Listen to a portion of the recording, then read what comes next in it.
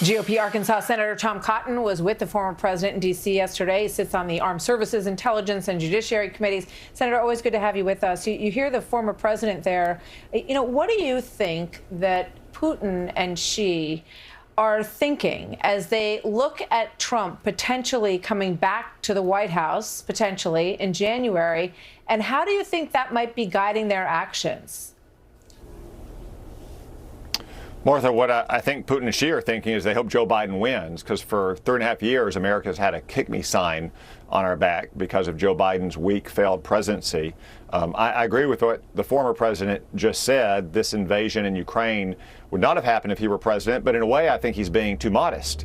He should be able to say it did not happen when he was president, because we're in a unique situation this year, Martha. For the first time in more than a century, the American people have a choice between two presidents. So they don't have to speculate about what a challenger might do in office. All we have to do is look back to what President Trump did in office and remember those days. And that's why he's leading right now, because most Americans fondly remember the peace, stability, and prosperity we enjoyed for 4 years. By contrast, Vladimir Putin seems to invade Ukraine only when Democrats are president. Barack Obama first, and now Joe Biden. And he does that just like Xi Jinping takes advantage of America during the Obama-Biden years, because they are not strong and confident in the defense of America's interests. That's part of my question. How does that guide their actions now? If they have 5 months, do you expect that something's going to happen between now and the election, that they will take advantage of that window, given what you're saying? Well, I think it's something that we have to be worried about, because it's not just Ukraine either, or threats of war in Asia. We have an ongoing war in Israel, or Israel fighting back against the invasion of October 7th in Gaza, and as well as a slow boil to a potential war on the northern front, and outlaws and rebels in Yemen shooting ballistic missiles and cruise missiles, not only into Israel, but at our ships in the Red Sea. Everywhere you turn, President Biden's weakness has invited chaos and war. By contrast, President Trump's approach, my approach, like Ronald Reagan's approach, was peace through strength. I think the American people prefer peace through strength than war through weakness. Let me ask you another question. I want to get at least one more in here. This is something else that he said, and it has to do with another big element of these wars. Watch this from President Trump. What's your relationship like with Vladimir Putin? I think very good, but I was tough with him. I ended the pipeline.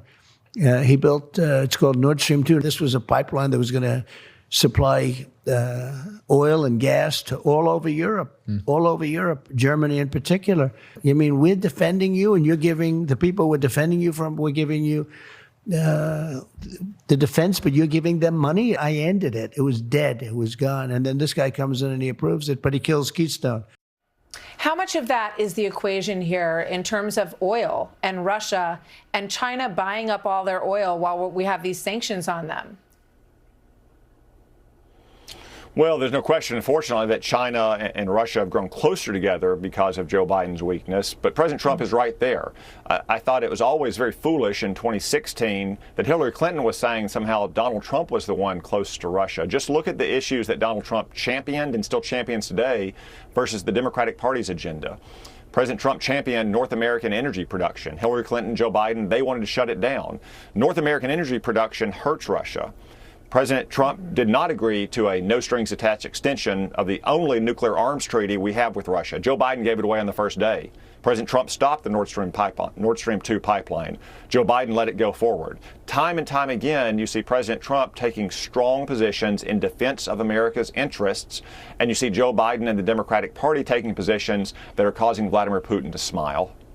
Do you want to be vice president if Trump wins?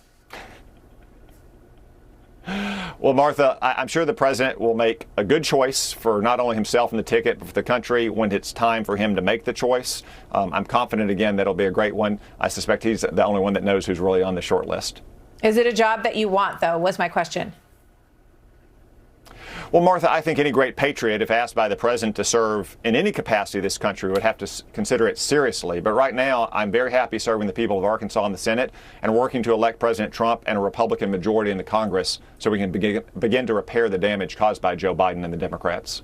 All right, we'll see. It sounds like we're going to get a big reveal at the RNC. So we'll see what happens in Milwaukee. Senator, thank you very much. Have a good weekend. Good to have you with us. Thank you, Martha. You too.